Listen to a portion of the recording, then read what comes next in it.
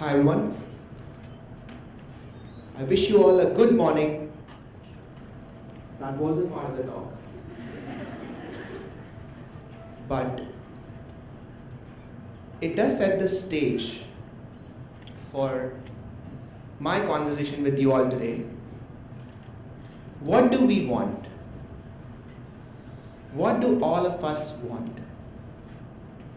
Maybe you want a house. Maybe you want a car. Maybe someone wants a job. Maybe someone wants a partner. Maybe you want a bigger house, a better car, a fancier job, maybe another partner. But there is one thing that connects all of our wants together: happiness. We all want to be happy. We are chasing things that make us happy. So what makes us happy? That's the question. It's the question that seems to be driving us forwards. If life was a road trip, then happiness would be the engine that is driving our decision making.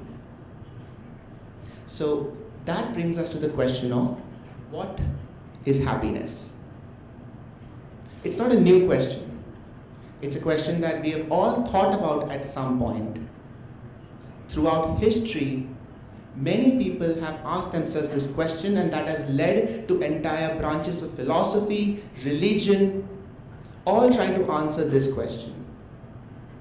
So today, we are going to try in our own way to answer this question. I am Dr. Siddharth Warrier. I'm a neurologist, and I'm going to take you on a journey inside your own brain to try and figure this out. And for that, we have to travel back in time a little bit. 10,000 years, 100,000 years, a million years, 7 million years ago. Stop. We're in the jungle. There are no human beings around. Human beings as we know them won't be around for another 6.5 million years. We see a little chimp in front of us. She doesn't know we are there. She's scared. She's been separated from her family. Her brain is scanning the jungle around, looking for any signs of threat. She's looking for predators. Suddenly her eyes fall upon a bright red fruit hanging on a tree in front of her. And something happens inside her little monkey brain. A small part of the brain called the midbrain releases a chemical called dopamine. As the dopamine surges through the networks in her brain, she feels something: anticipation.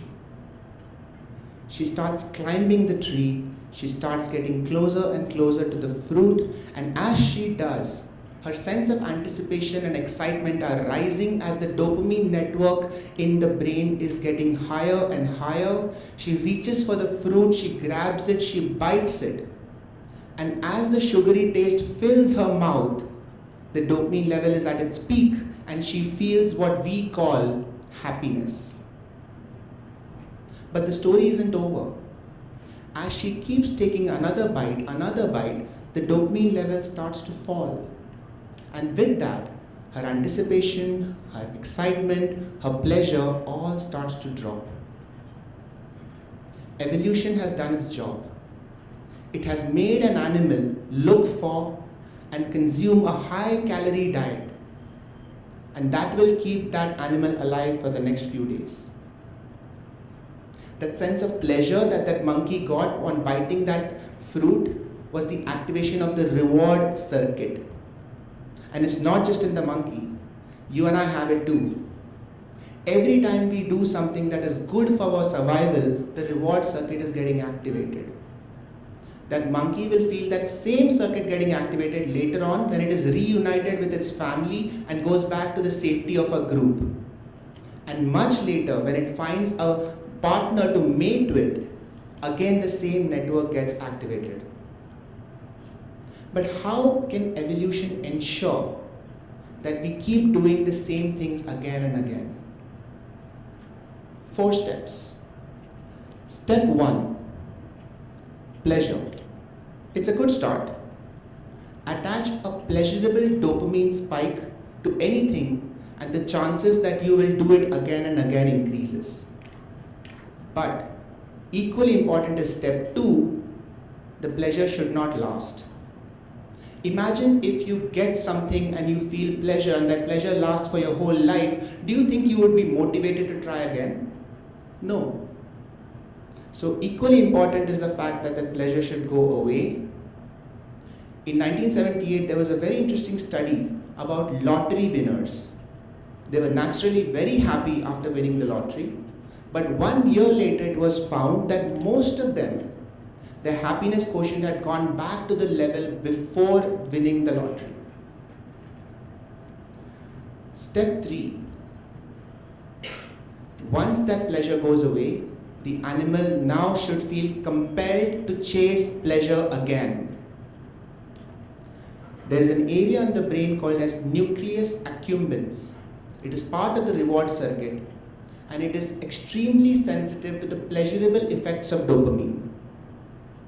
It is also what is responsible for addiction. In evolutionary psychology, there is a term called as the hedonic treadmill. Look at that hamster.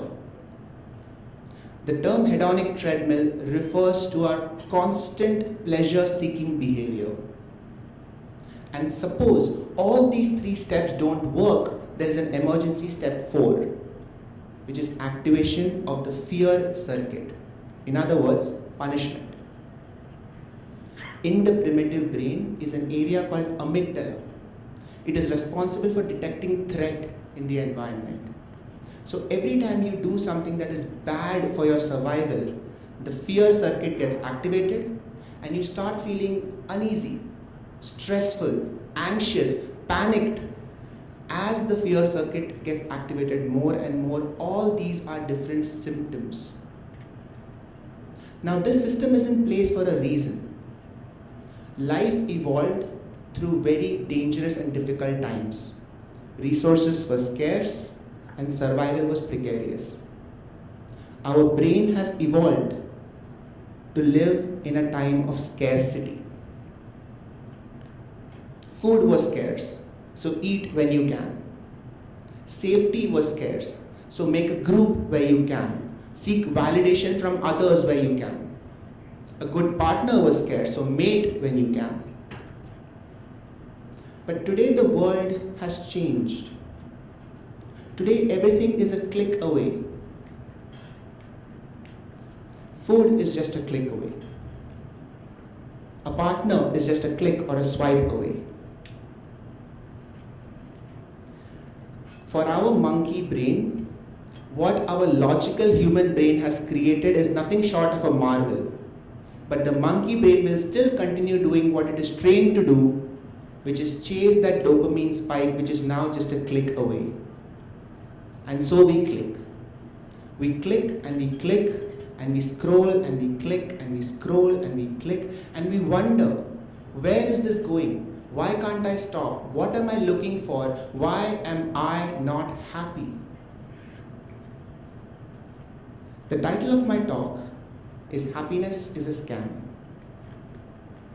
It is actually a neurochemical trick that the monkey brain has figured out to play on us to make sure that it guides our behavior. It is a useful trick in the jungle, but circumstances have changed. We no longer live at a time where every decision impacts us immediately. Our thoughts and our actions have long-term consequences beyond the duration of the dopamine spike. But if that monkey brain is in charge, we will always be caught up in a constant loop of chasing the nearest, lowest hanging fruit. And today, every company, brand, advertising firm, marketing agency knows that the best way to get your attention and your time is to stimulate that primitive pleasure-seeking circuits in your brain. So when you look at a McDonald's burger, or the latest iPhone, you feel that same sense of anticipation that that monkey felt on looking at that bright red fruit. It's not a coincidence that many food brands have red, yellow, and orange in their logos. It's an ancient network. And so, what do we do from here? I believe that it is time for a fundamental shift in our perspective of what we want. I believe it's time for us to change our goal from happiness to well-being. Happiness is a short-term chase for a transient pleasure, while well-being is more of a long-term investment that gives compounding results. Well-being is acknowledging that multiple things affect our health, and we need to focus on our physical health, on our diet, on our nutrition, on our sleep, even on our relationships. Well-being is recognizing that what is good for us and what feels good to us at the moment may not be the same thing. If you look back at the example of us being on a road trip, well-being is working towards getting a good car, learning how to drive, and if something goes wrong, knowing how to fix it. So just like having a good car and being a capable driver would increase the chances of you having a good road trip, creating good experiences, having fun memories, similarly focusing on well-being increases the chances of us being happy wherever we are. We talk about mental health a lot, but it is incomplete to talk about mental health without talking about how the brain works, which is what neuroscience is all about. If life is a road trip, then neuroscience is learning about car mechanics. Best case scenario, you never have to use it. But there is a sense of comfort and control when it comes to knowing what is happening in your brain, why is it happening, and having the answers to certain questions like, what is happiness? I conclude my talk today by wishing you all a very happy road trip. Drive safe, everyone. Thank you.